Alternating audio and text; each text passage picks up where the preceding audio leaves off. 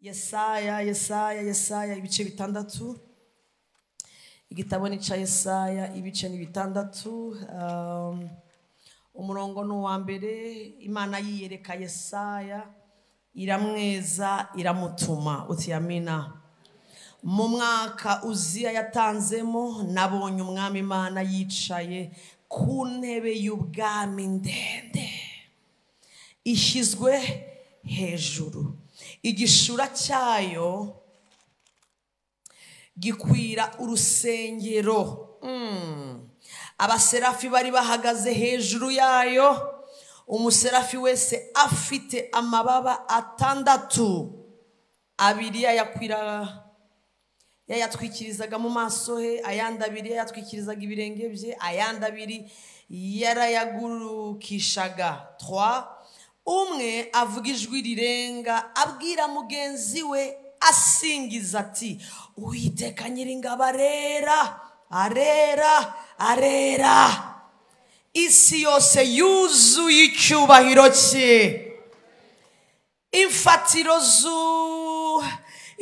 z'irebe ry'umuryango ziranyeganyega, n'ijwi ry'uwavuze rirenga, inzu yose yuzura umwotsi.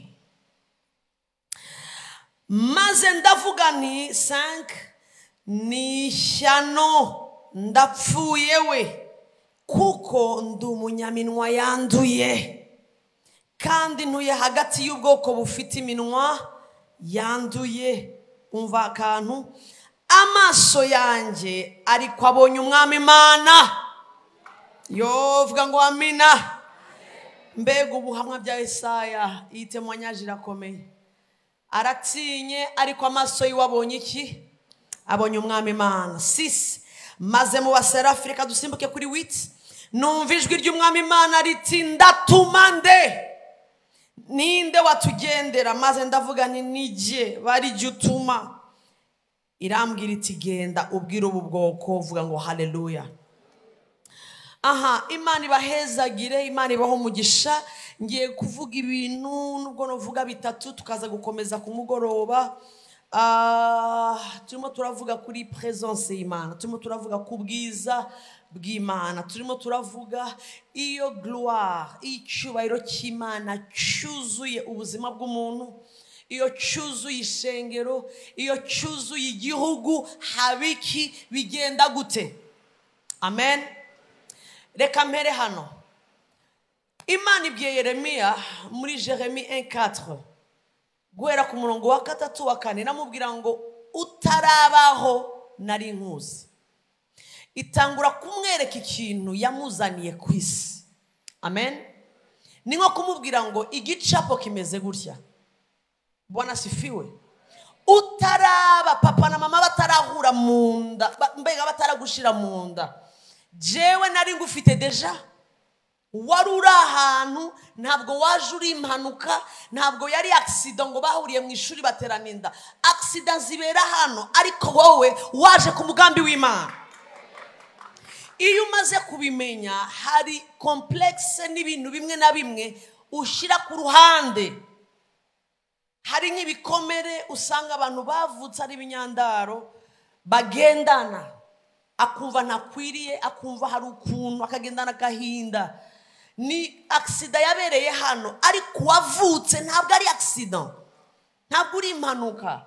Hari n'ibindi bigenda bitubaho mu buzima ukabihuza n'ibintu byakubayo kubera papa yapfuye uri muto, mama yagusize kwa tantine, ukurira sinzi kwa nyogokuru, hanyuma bigenda gutya.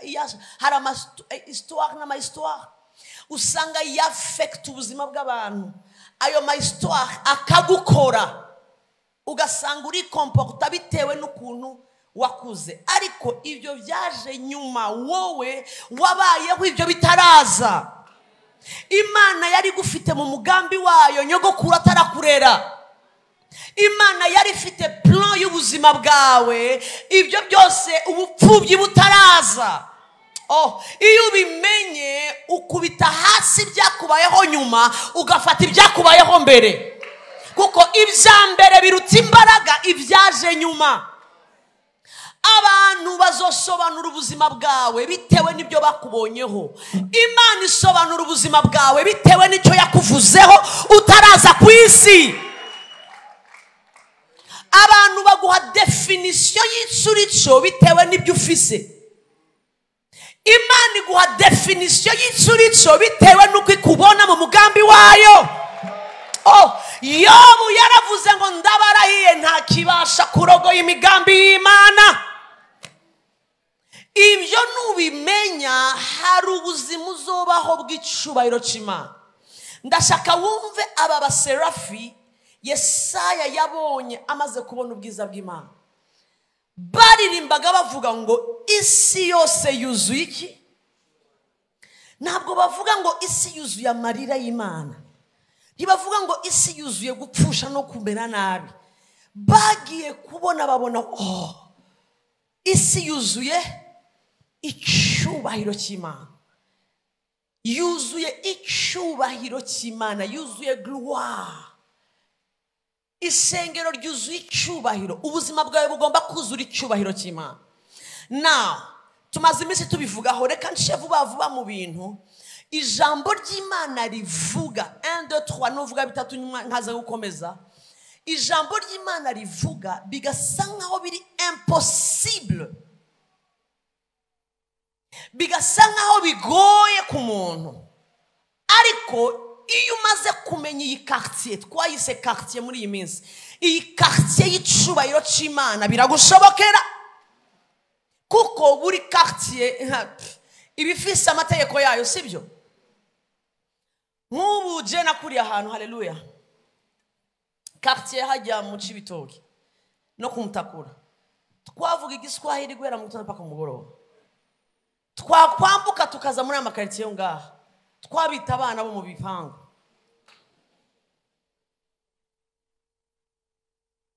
Muvuga ikirundi gusa tukavyanka gute? Namwe mwakumva bo hariya mukumva n'abantu bari nibiswahili. Mama abalia ukaza amakuru yawe none gasha none utuba muri filmu.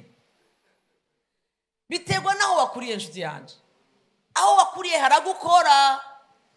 Kandi rero hajya ariko Yesu agira neza n'udukomportement baje.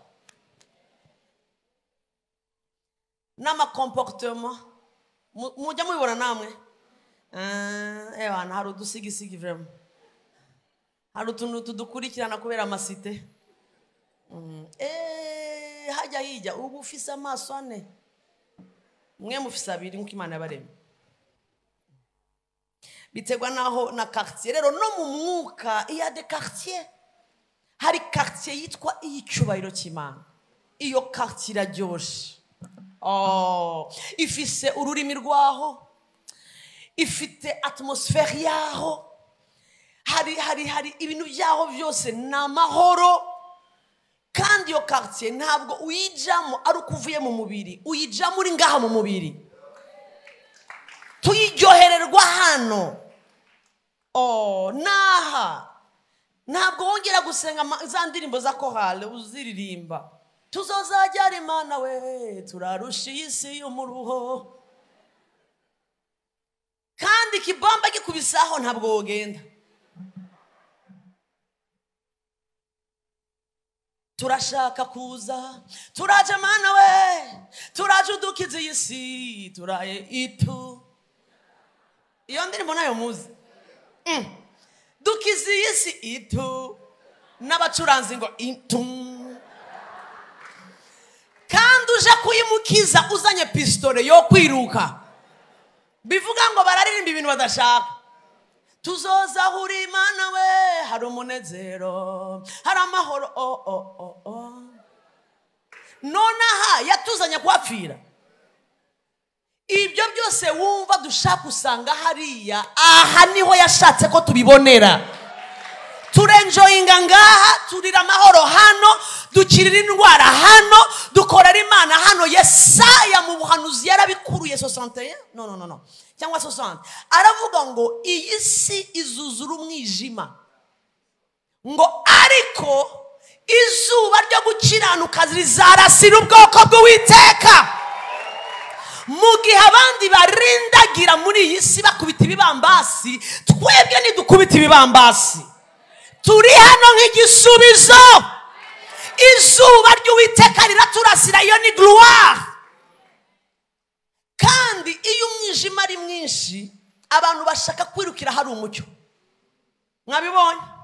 Reka mvuge ibintu bitatu kugira ngo tuze guhita dusoza. Icyambere gikunda, iyo umaze kumenya iyi quartier y'icubahiro cy'Imana, iyo umaze kumenya icubahiro cy'Imana no kukigenderamo, icyambere Bibiri dusaba kigora abakristo kandi ari ngombwa, ni ukugendera mu rukundo. Aho uraza kundeba hano neza kabisa. Abakorino ba mbere 13. Kugendera mu rukundo birakunda. Walking in love. Kugendera mu rukundo bihinduka ubuzima.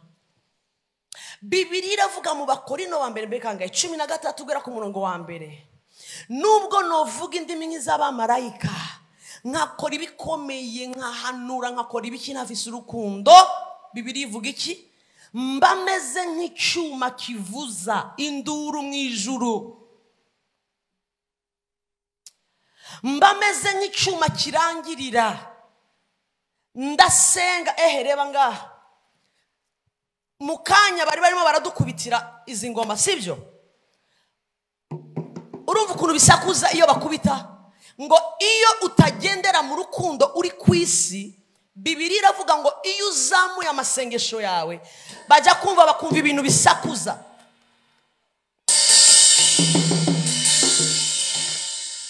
Ngo ibintu byawe barareba bati ibyo ni biki, ibyo ni biki, ibyo ni biki, marayika ibyo ni biki twumva.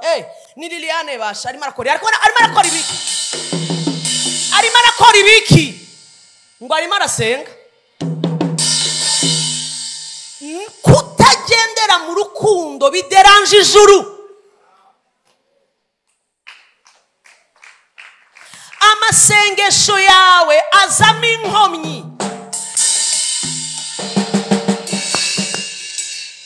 Mukanya bakubitaga ingoma tukagenda biryoshe kuko byari kuri ritme. Iyo utagendera mu rukundo nta ritme, n'ibintu bisakuza badashobora kumva. Nibyo Paul yashoboye gukurura, aravuga ngo iyo tutagendera mu rukundo, ngo umva ikintu kingoraho, ngo nubwo na profetiza imisozi kagwa. Simwe mukunda abahanuzi? Ngo nubwo nokora ibitangaza ngo umuriro ngo ariko ntafite urukundo, tu es rien. Ngo umeze nk'ibintu bisakuza, bajya kumva bati ibyo ni biki, ngo ni wa mugore ari mu cyumba cy'amasengesho.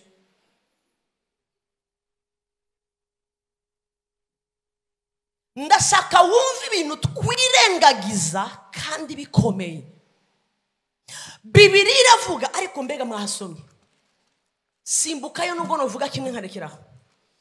Is it 1 Corinthians? Yes, niho. Basi soma umurongo wa 4. Ihute nshuti.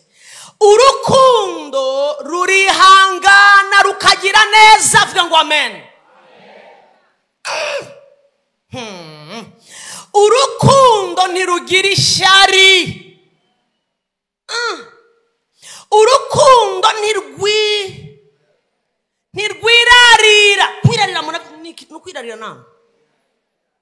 Yes, ntirwihimbaza, ntirukora ibiteye isoni, ntirushaka ibyarwo, ntiruhutiraho, ntirwihuta gufata amadecision utabanje gutohoza.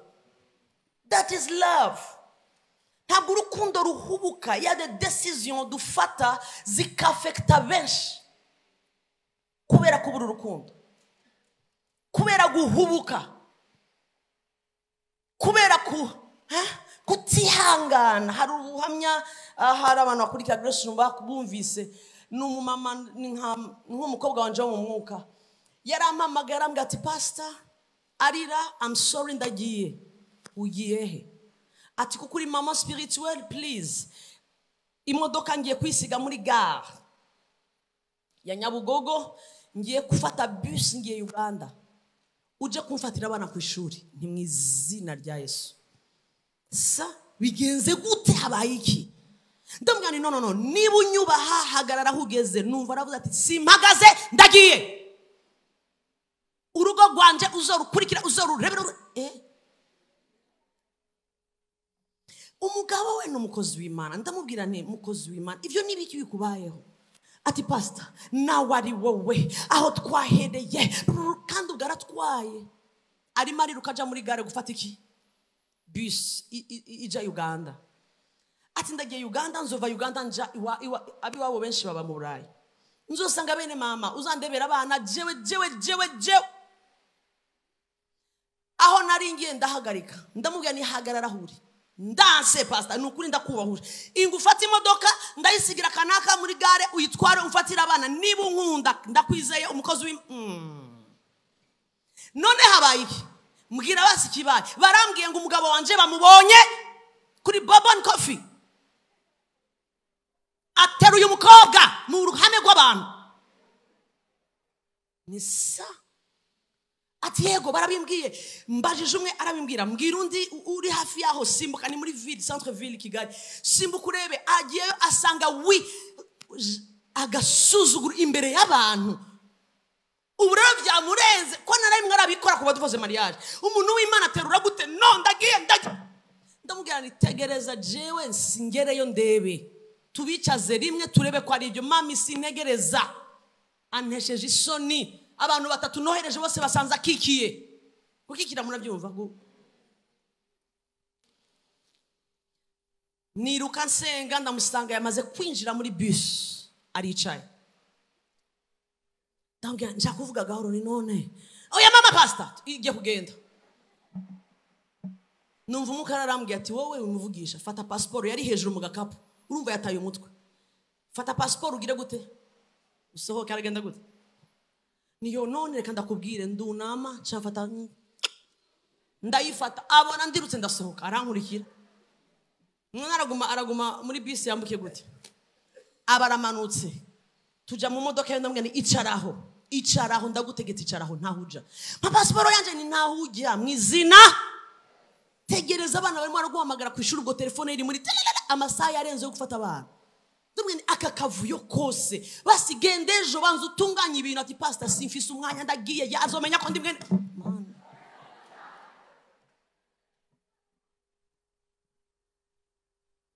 Ndamubwira ni rero ndakwishurira bus ikurikiraho, ntegereza ngiye kubyirebera n'amaso. Pastor ndamubwira ni uranyubaha, ndakwishurira bus ninjoro ziragenda sanga gumaha muri modoka yawe ntegereza. Ndasimbuka nja muri ville basha nsanga kiki. Urumva naturutse inyuma, ariko ukuntu namubonye mu maso mbona ko nta kibazo. Ari kumwe n'abandi bantu, arakikiye umukobwa, ibisatsi bigira ngaha. Ariko ndaza ndegera neza, ndegera. Ati yo pastor, urumva umugabo ara pastor, ndi mu mashimwe.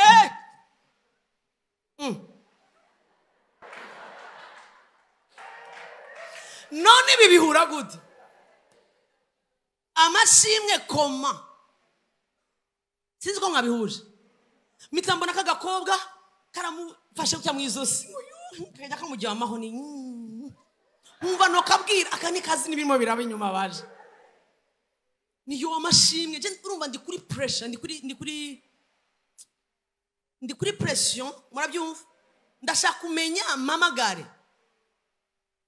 Ndamwegera niyo mpresentasi habe no gusuzaho bari ko impresenta. Ati pastor mfise amashimwe mbona ku maso akeye umukozi w'Imana. Niyo amashimwe amen. Nako ngavuga amen. Shaka vuge, who is this? Seki. Ati pastor uribuka ya mpanga yanje nakubwira yapfuye, impanga y'umukobwa amahasa, baramahasa. Uyu mugabo yarafise ihasa, apfa byaro y'umwana uyakikiye. Yaramureza ari mutaramusigira nyuma mwoherereza ku wundi muvandimwe uba hanze, niho uyu mwana yigiraga. so bashatse gukora surprise anko.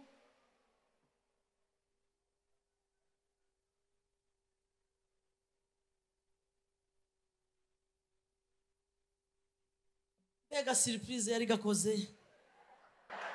Sha mujye mukora surprise zifatika vraiment.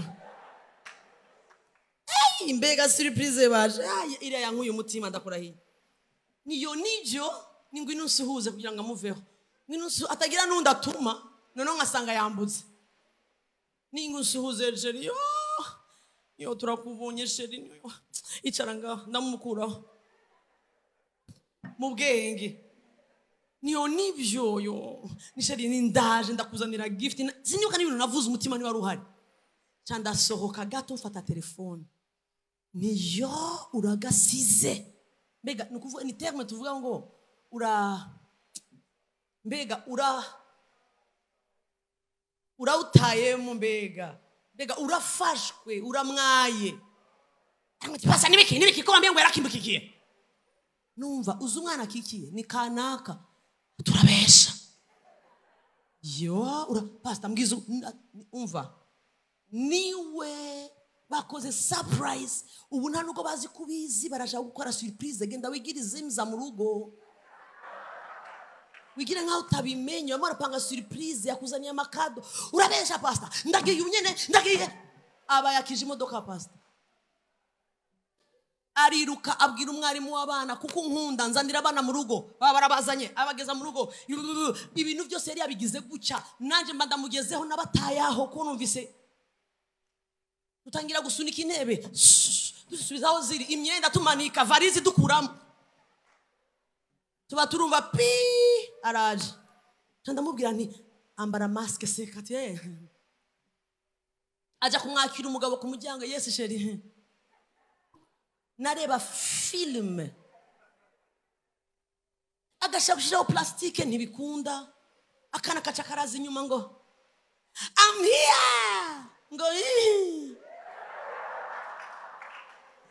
ntabwo byari birimo yari yamaze guta umutwe ndashaka mwumve iyo histoire ubwo sindababwiye ivyakurikiyeho gift barazimuha ndasohoka ndamubwira nti muvye ukinisha ntupime kubivuga nubivuge umugabo arahwera ntuvuge ko warugiye nukuvuga ngo kwihangana byaramugoye urukundo rurihangana bibiravuze ngo urukundo ntirwihutiraho kwihutiraho murabyumva ni nko gukora ikintu nkuko yabikoze baramubwiye ntatohoje ahise afatiraho urukundo ntirufatiraho urukundo rushyiramo igihe urukundo rwihanganira situation umva ijambo rikomeye rukihanganira n'Imana mu gihe utegereje igisubizo cy'ibyo wasabye Imana ihanganira Imana ntushobora kumva abantu barakara Mana waragize gucya Mana warambeshe Mana warampemukiye ntushobora kumva abantu barakarira Imana bakava mu nzu y'Imana urukundo rwihanganira abantu umuntu muri kumwe umuntu muvukana umuntu mukorana yitwa umuntu ntabwo ari ange iyo uri muri gloire iyo umaze kwimukira muri iki kirere cy'ubwiza bw'Imana urukundo rufata intebe kuko Imana ni iki n'urukundo nukuvuga ngo Imana nibyo bita kuyimenya kumenya Imana ni iki nukugendera mu rukundo ndashaka ureba uburyo Imana ikwihanganira wowe reba inshuro ikwihanganiye reba inshuro inyihanganiye reba inshuro yihanganiye ubuzima bwawe amafuti kuvaho reba inshuro ikwihanganiye kubwira gusenga ntusenge gira gutya ntubikore still igakomeza igukingira ikibaba gasigara iguproteja ntishaka ibyawe bijya hanze urwo n'urukundo idukunda Bwana sifiwe bavuze ngo urukundo ntirwihimbaza umva hasi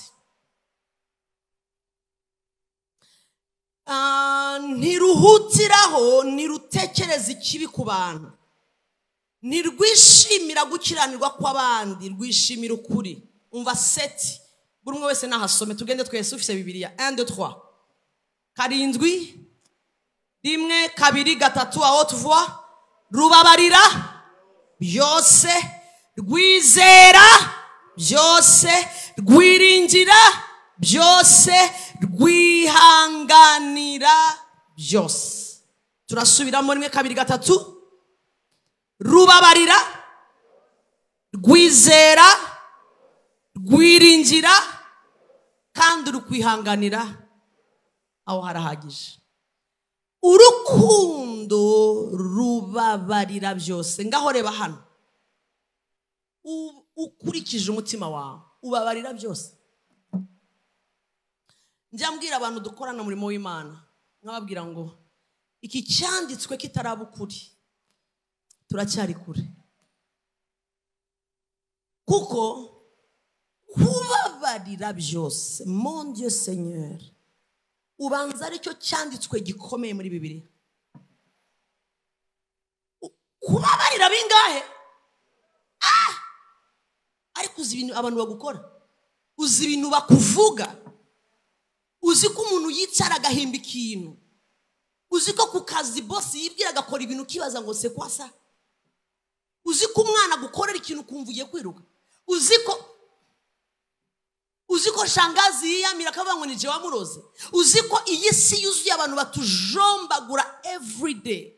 Iyo uri muri realm of glory, kubabarira birakunda, kuko bituma twera imbuto zikwiriye abihanye. Place y'icubahiro cy'Imana, dore inyungu ya mbere. Ibi nibyo bituma Kristo amenyekana ku isi, nuko urukundo ruganza mu itorero. Ndashaka murebe ibintu, sinzi nkamwe i Burundi, ariko hirya no hino ku isi yose, yaba muri Afrika, yaba ahantu hose, usanga intambara zitajya zirangira. Sinzi impamvu ikiremwa muntu toujours ushaka gutunga urutoki mugenzi wawe, wumve ko we aba perfect, atungane, mbega abutunganye, wowe ntiwirebe. Ni kamere muntu guhora ucira gucya urutoki ku muntu, akora gutya, kubera iki pastor agira gutya, kubera iki uriya diacre yagenze gutya, ugasanga nta mahoro akorerwa umurimo w'Imana.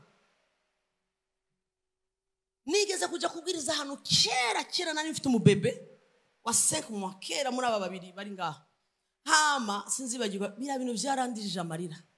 Kumbe iyo eglise nari naragiyemo, chorale imwe yari yarashwanye n'iyindi muri eglise imwe. Je mbona barangije kuririmba, bamwe bavuze ati amen, batangura guca muri vyuma muri culte.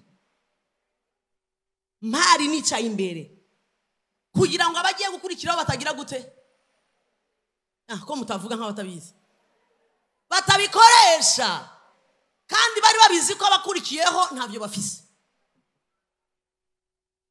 Abahungu bose bari muri tenor, Uwiteka muri base, mbona barahindukiye ku vyuma, koco, mbona barateruye ingoma, keyboard muri kiri.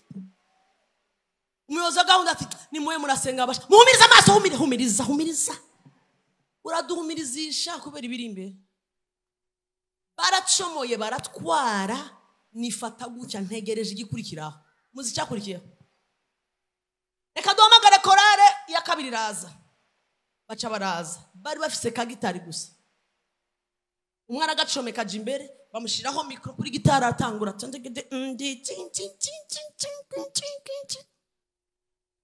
habe n'ingoma muri kirite imwe.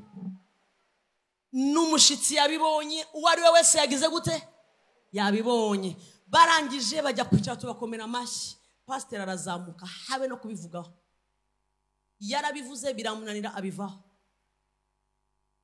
Atoke abashitsi, ibyo mwabonye n'ibiri, ariko dukomeze ijambo ry'Imana. Ndabona ibi babyita korosa. korosa muravyumva muri kiriya kintu canze kumvamo gucomora ivyuma mugatwara abandi bakaza kwesha gitari ngo nuko ngo bigeze kuja muri concert utuntu tw'amatiku udashobora kumva ngaho mbwira iyo shengero ngo rifise rero gloire rifise amatiku ntabwo ari gloire ibyo ni ibintu bihaba kubera ko kamere ihabwa intebe umwuka w'Imana gahunga ariko abantu tugendeye mu rukundo tubabarira byose umuntu arakosa iburyo ukavuga uti oh sorry so wabaye umuntu cyane kandi ugakomeza muba mama ejo ukabyara batinda kugusura uti buriya barahuze warwara niba kugereho uti oh buriya babaye busy nta kintu na kimwe ufata personal basura bakire gusa Satani abarimo arakujyana ahantu habi cyangwa bibi wacu gusa arimo arakujyana ahantu habi arimo aragukomeretsa kugira ngo agute mu mwobo Bwana sifiwe iyo winjiye muri gloire ndakurahiye urukundo rufata intebe kandi uhita ufite amahoro iyo ugendera mu rukundo walking in love kugendera mu rukundo biguha amahoro menshi ubabarira en avance pastor wanje yitwa Gashumba niwe akunda kutubwira ati nishize ahantu aho nitoza kubabarira umuntu muri avance igihe utarancumuraho je nakubabariye nukuvuga ngo ujya gunkorera ikosa namaze kwishyira hehe mukukubabarira ndabizi kuri umuntu tugenda nuri umuntu turakorana umurimo w'Imana uri umuntu turakorana mu kazi business uri umuntu twashize hamwe shares mbizi kuri umuntu rero igihe ukoze akantu k'ubumuntu I just forgive you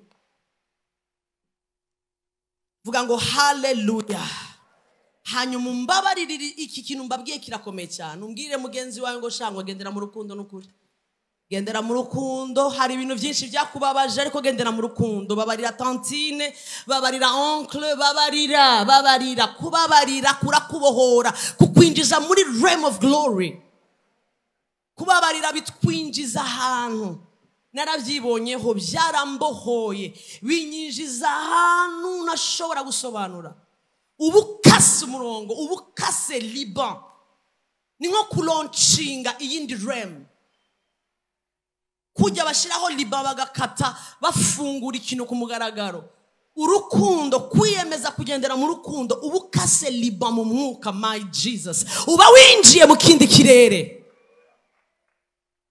kuko uba wishize ahantu ho guhinduka umubyeyi w'abantu bose kandi utariho abantu bose ucubareba nk'abana abantu bose ucubarebera ahantu kandi ntabwo biforsa mwana mfasha kubabarira iyo uri muri realm of glory bira flowing icya kabiri Bibiliya ivuga gikomeye cyane Paul yaravuze ngo one thing I do ngo kimwe cyo nkora nibagirwa ibiri inyuma nkasingira ibiri imbere igihe cyose ugiye muri iyi realm of glory ibiri inyuma ujya kumva bitakaje valeur Yesaya 43:18 Bibiliya iravuga ngo ntiwite ku byashize ntutinde ku byarangiye dore ndakora ikintu gishya ubwo kigiye kwaduka ntuzakimenya ndacisha inzira mu butayu ndazana imigezi mu kidaturwa avuga ngo hallelujah reba nkwereke nta muntu udafite ahakomoka nta muntu udafite ibimukurura inyuma habe n'umwe Paul kugira ngo akomeze kuba umunyamumaro aravuga ngo nize kureka ibiri inyuma nkabica nkabikuraho nkabyikuraho nkiga gusingira murabyumva nkiga gufata ibiri imbere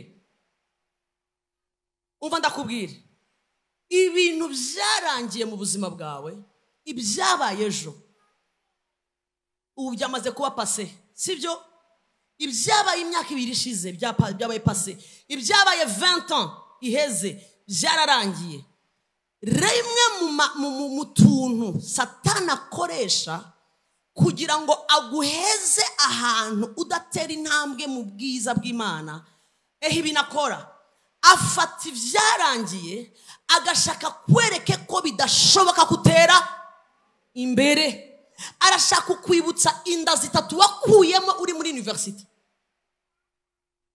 kandi Bibiliya muri Psalm 103 1 2 3 ivuga ngo nafashe ibyaha byanyu ndabijugunya iyo wihanye Imana itakure ibyo wakiraniwe byose Satani rero abikoresha nk'akantu gakomeye afata past ibyaheze agakomeza abi present imbere y'amaso yawe kugira kwereke ko ntabwo uri mu basingira amasezerano ariko arabeshya umva ndakubwira ikindi kintu cyandemereye bikomeye ku bitugu igihe cyose ukuboko kwawe gufasha inyuma mu mwuka icyo murakora iyo kibifashe biba biri ngaha tuvuge ko iki kintu ari tone wishizeho tone ku bitugu ku buryo uza muri kirute wumva usa n'uwikoreye baravuga guhimbaza basimbuka ukumva ntibiza tuzamura amaboko ntuzamura kuko amaboko afashe ikindi kintu let's worship hallelujah wajya urazamura gute kufasha ibindi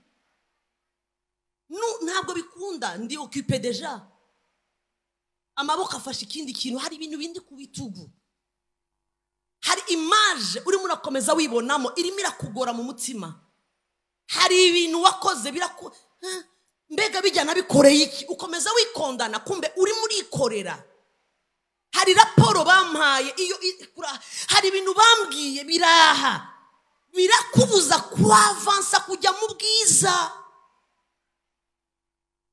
Imana ivuze ngo yo nimuzamura amaboko muramye ntibikunda amaboko arafasha ibindi bintu rambura amaboko yawe wakire urakira gutekana amaboko ari occupé kwakirira mu bwiza iyo uri mu bwiza nubwo ubwiza bw'Imana bwawe burimo buragenda amaboko yawe afashe ntibikunda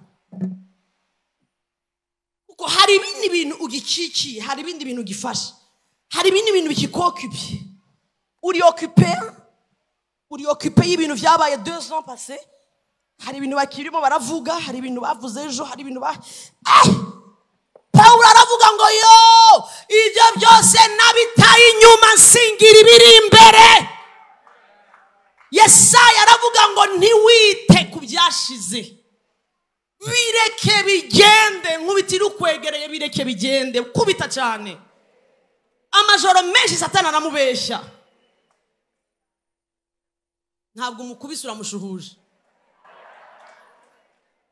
yareba ayibaza ibyo bamubwiye ajya gusenga bikamwanira gusenga yo uvuga ngo amen reka ibyaheze reka bigende ndagusengeye ngo uyu munsi mbe ni tariki zingahe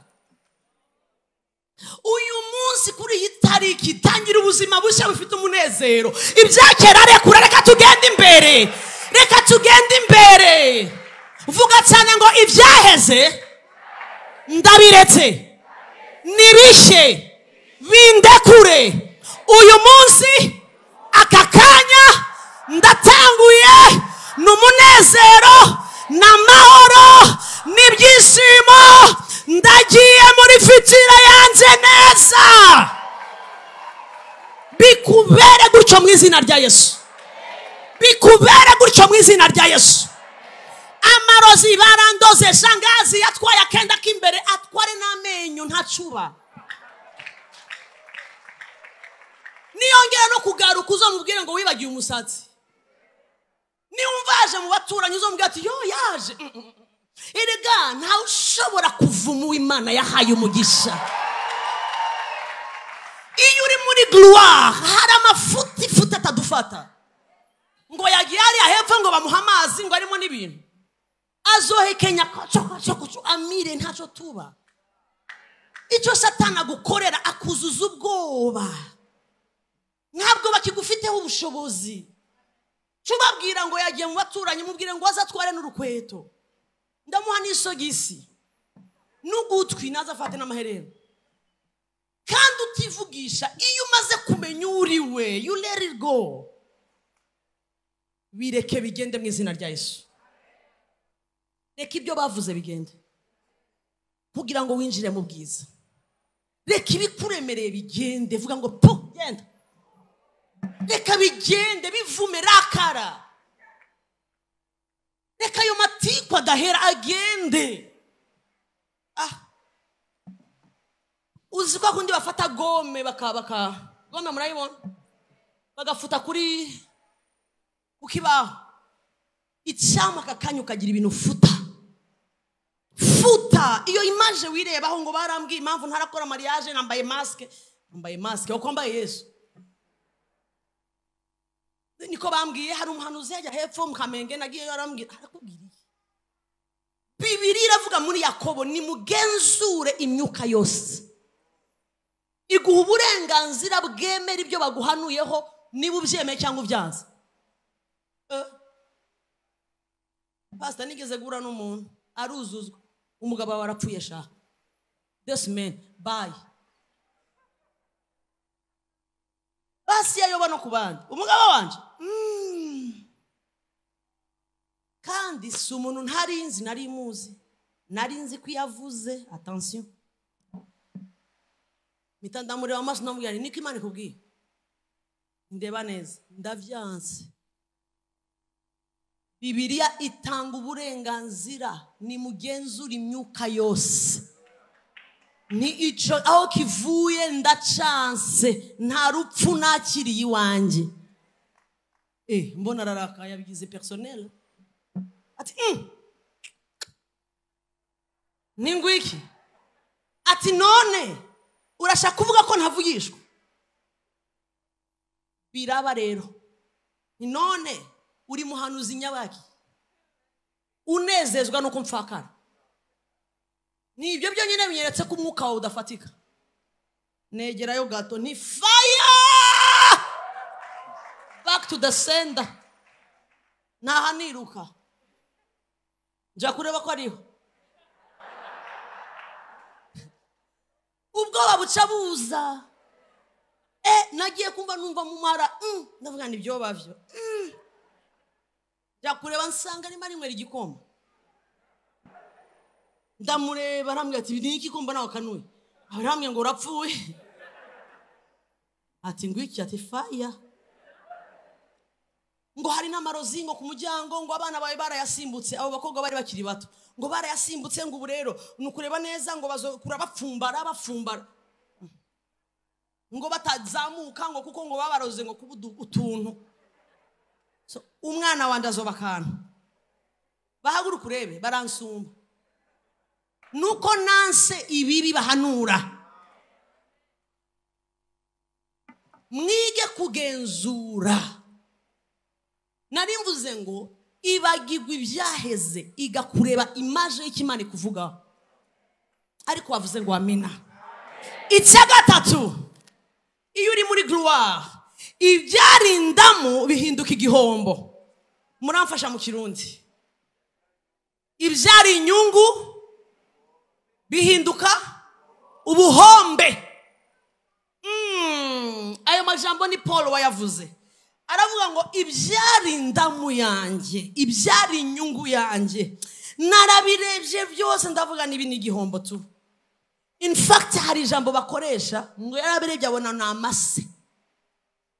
Bavuga amase ariko si amase y'inka. Version nyayo ibyita umwanda wa hahandi muri toilette akazi ko hanze. Ndashaka wumve Paul ahantu yagejeje gufata ibyarindamuye, uburyo yabihinduye iki? Ubusa. Muri gloire, muri realm of glory, iyo utangiye kwinjira muri cyo kirere, ndababwiza ukuri, ibyarindamu ibyari inyungu urabireba ukabona n'igihombo. Ariko iyo utari muri realm of glory, I tell you, biragoye tuvugisha ukuri. Nta kuntu wambwira ngo ufite baby, apana baby w'umwana. Ngo ndabwira urubyiruko ufite ufite chou, ufite sweetheart, ufite chérie. Hanyuma ngo wakijijwe ntaco mupfuye. Uce wiyadukira ngo wabaye amase. Nibiza. Birasaba ko wimurwa ahantu icyo kirere wimukiyemo kikwereka ko ari amase. Paulo muribuka ko ari we wari waravuze ngo nifuza gukora ibyiza ibibi bikantanga. Murabyibuka? Uziko ari we wagarutse aravuga ngo nabambanywe na Kristo. The same person. Bivuga ngo nkiri mu kirere cya mbere nifuza gukora ibyiza ibibi bikantanga imbere, ariko naje kwimuka njya mu yindi realm of glory, mu cyubahiro nimukiyemo. Nsanga namaze kubambanwa na Kristo. Si jewe ukiriho, ahubwo ni Kristo uri muri jye. Ibyarindamu bihinduka igihombo. Rubyiruko, ba mama ba papa, mureke bihinduka igihombo. Gukorera Imana bibe inyungu ikomeye cyane. Mu minsi ishize narimo ndabwiriza, mbaza ikibazo ariko kiza kumbabaza. Kirambabaza nyuma ya culte. Nabajije ikibazo kuko urumva muri iyi minsi iyo uvuze gukorera Imana, Satani yamaze kubyanduza. Yabisize ko gukorera Imana no gukena, gukorera Imana ni ibintu bitagezweho. Ndabaza ikibazo, nari online, ntabwo nari muri culte, nari muri studio yacu. Ndabaza ngo nari muri culte, nari muri service. Ndabaza ngo tugiye kuba abanyakuri. Uyu munsi Imana iguhamagaye ikavuga ngo hagarika ibindi byose wakoraga, uze muri full time, muri gukorera Imana bya burundu, niko mubyita. Wabyemera cyangwa ni wabyemera? Basekeye rimwe pastor ngo mpagarike iki. Hanyuma ndabaza icya kabiri, uyu munsi grande sœur wawe aguhamagaye kuri telefone, twajaye akakubwira ngo yo uzi ko mbonye akazi muri NGO runa, okay tuvuge muri UN, mbonye akazi muri UN, nukuri bagiye kuzabama $10,000 par mois. Wahita uvuga gute? Mbwira vuba reaction wahita ugira uvugishije ukuri. Ndavuga mwebwe nga reaction iyi.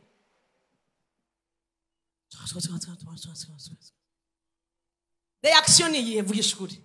Nukubabara nukwishima. Wahita wishima kuko ni promotion yagize gute? Aronse yahora akorera kuri gishe ya banke, bamuhemba 100,000 ngahe, ubabonye promotion, agiye muri UN, agiye kuja hanze, agiye ku. Ndabaza ni none icya kabiri ngiye kubaza, ubu grande sœur nyene aguhamagaye nyuma ya 3 mois 4 mois akorera muri UN, ati yo ma sœur uzi kibaye noneho nabonye kandi kazi. Batuvuga amen nakahe sha nahamagariye gukorera Imana burundu. Uzi impamvu zeze? Tube abanyakuri, wahita usubiza iki? Okay, mugenzi wawe, mubwire mugenzi wawe babiri. Ndahitanza gufata abantu batatu, urugero batatu. Ndahera mu banyeshuri. Wahita umusubiza gututi wow congratulations félicitations nkuko wavuze bwa mbere aja muri UN. Hagira abantu b'abanyakuri vraiment. Duhere ku banyeshuri nta soni bafise. Papa wahita usubiza gute?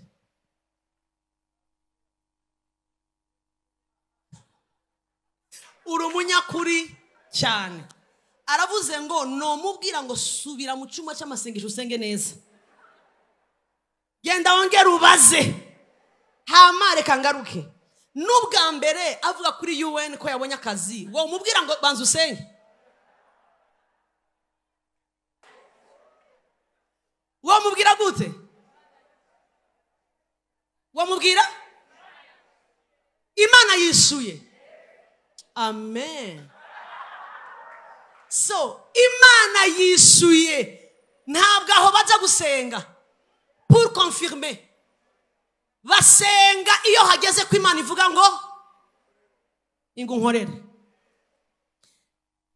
Mitambwira abari online, abakurikiye online, ndabwira ni dufise screen, twandikire uvugishije ukuri. Wowe subiza iki? Uzi bashubije? Umwe yarashubije aravuga ngo no mubwira ngo uragapfa. Ntukankinishe. Ije nibiki? Uwundi aravuga ngo mbe wasaze. Uwundi aravuga hari undi wavuze ikintu kiri funny. Ati pastor watubwiye tuvugishe ukuri. Aho rero tuvuyeyo no musarana. Nk'abantu n'ivyo nibiki? Ugiye mu biki? Ibintu by'uburofa gusa. Aha, ubu rero turagarutse mu mubiri. Wowe ukurikije neza gukorera UN no gukorera Imana, vugisha ukuri. Niki gifise inyungu? Ntuvugire muri kamere, vugira mu mwuka. Oya vugisha ukuri, n'undi waravugishije ukuri. Ndagaruka nga n'ugukorera. Gukorera urabihamya neza ko gukorera Imana birusha. Aha, ndagarutse. Ongera utekereze neza. Gukorera Imana, Imana yaremye ijuru n'isi, ibiriho ibiboneka, yaremye amazi, irema inyanja, irema isi, irema ijuru, irema abantu, irema ubwenge, irema ishyiraho yose. Isi n'ibiyuzuye bikaba ari ibyayo. Irahemba abakozi bayo cyane iriba. Oya wisubiza vuba, ndacabaza. UN ifise amafaranga kuko ifise abaterankunga, ifise. Irahemba ntihemba? Kandi ihemba neza. $1. Aha. None ukuri mu mitima yacu nukuhe? Nuko UN impamvu tutababwiye ngo genda usenge, nukuvuga ngo iri sûr. None ma irishura cyangwa iriba cyangwa apana kwiba, nabuze ijambo nkoresha. Ibirarane ni nkuku cyangwa itujamo amadeni. Irahemba ntihemba? Oya reka kuvugira mu mwuka, vugisha ukuri, kuko ni wowe umaze kumbwira ngo umuntu avuze ngo agiye gukorera Imana, uwo mubwira ngo ntibigenda, banza usenge. Aha rero ndagarutse mite ndahava. None Imana ifise ubushobozi buruta ubwa UN? Yego canke oya? None bipfirahe? Muransubije byose murabivanze.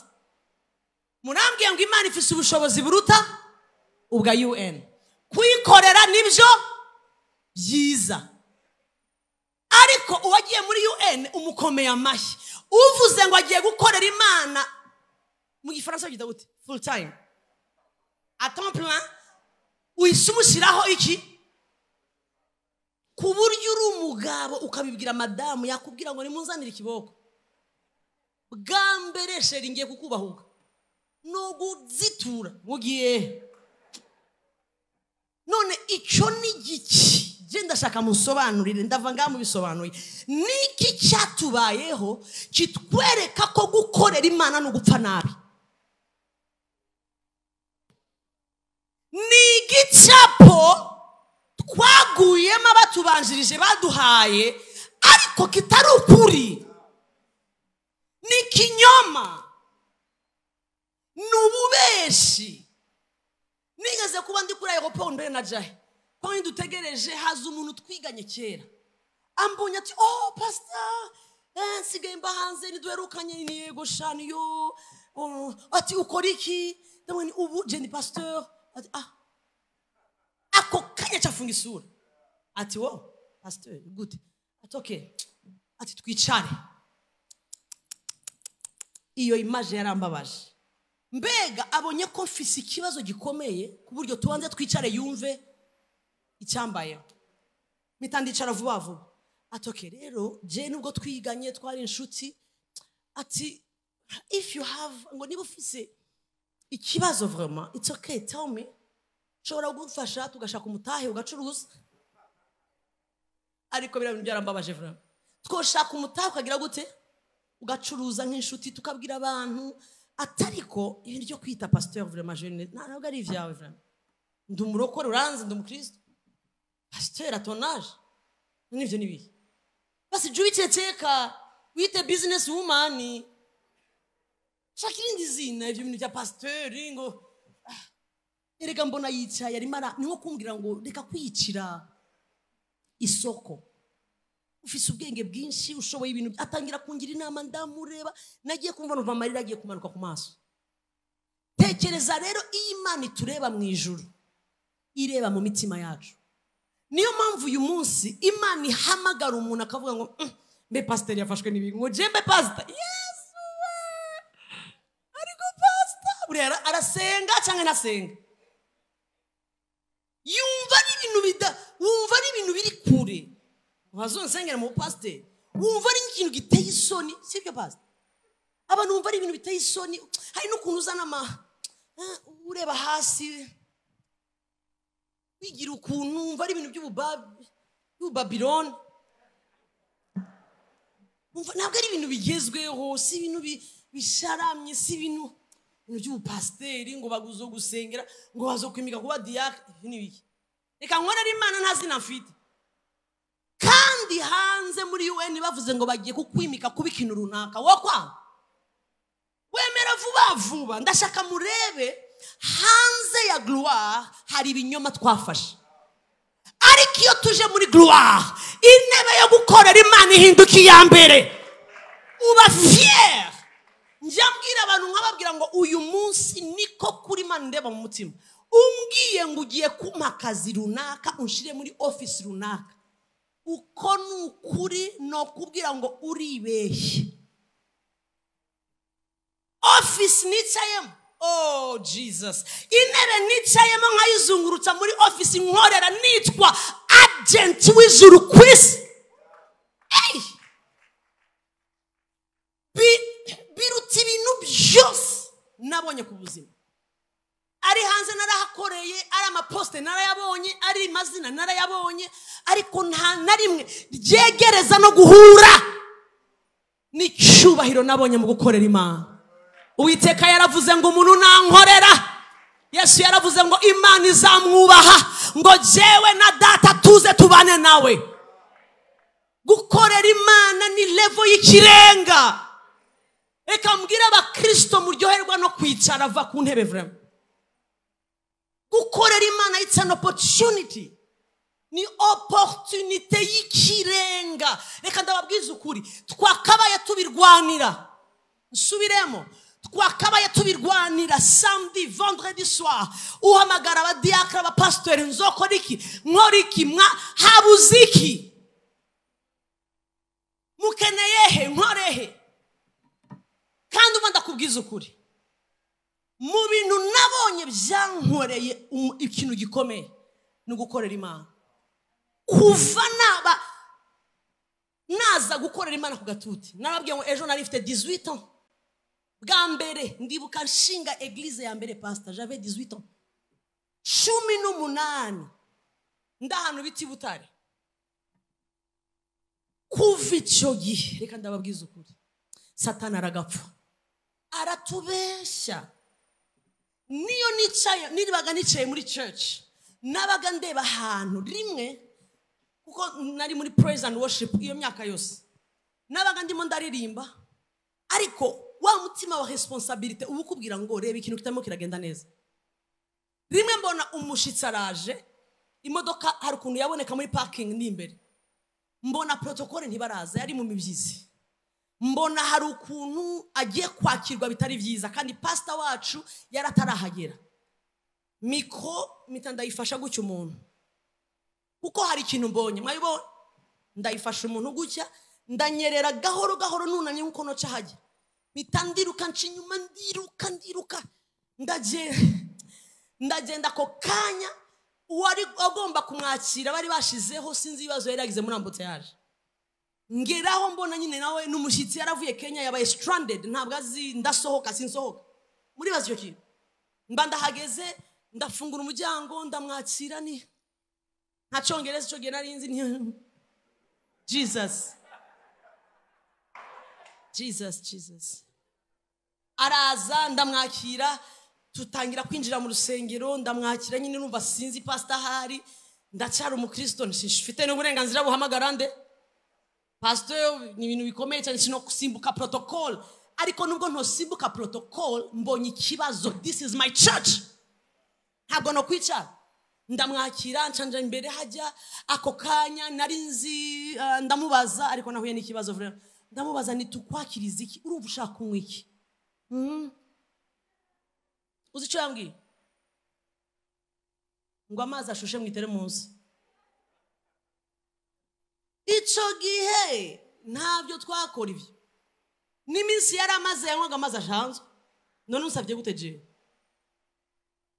mitandareba protocole sinzi ibibazo bagize ntabwo barazi none ndakuriye amazi ashushe canja kumuturanye wa eglise tutaziranye ariko nzi kwazi yaza rimwe na rimwe ndamuyani nga halo ahari umukozi w'Imana namahirwe kugira ngo ukorere Imana umukorera amazi ashushe mutere munsi arabikora ashiraho thermos ndaza n'agakombe kiza cyane shirahe imbere ye ndafungura pastor barinjiye umuyobozi w'aba protocole barinjiye bose barabibona bati ujya mwana ra basanga nyine nabigize neza mbona akantu ko kwihanagura n'igahari cyose ndabikora mukanya nije wagomba twari twapanze muri music harabanza worship hanyuma hakurikiraho praise nije wari kuri program imara gushira kumusukira utuzi numva wa worship arashoje ati amen nashize igikomba aho nzamuka podium nongera mfata mikoro ni mwese muzamura amaboko sha haleluya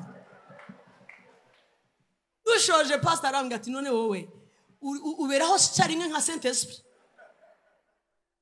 byagenze gute uri Saint Esprit uri iki ndambwira ntabwo nokomera ko ibintu bipfa muri muntu akibona nshuti iyo umaze kwiyemeza ukorera Imana bikinduka umunezero ntabwo ari burden ntabwo habamo gusigana ni ntabwo habamo ibintu byo gusigana ni kana kababihaye bijya birimo n'ibya kanaka no ubikorana umutima wawe wose kandi ibyo nibyo bikingura ijuru ku buzima bwacu ntabwo abantu bajya bamenya amabanga akingura heavens ku buzima bwacu ijuru amajuru akingurwa n'umutima uri uciye bugufi umenetse no gukorera Imana cyane reka nsoreze hano turakomerezaho Imana ibaho umugisha mwinshi mupare twakire pastor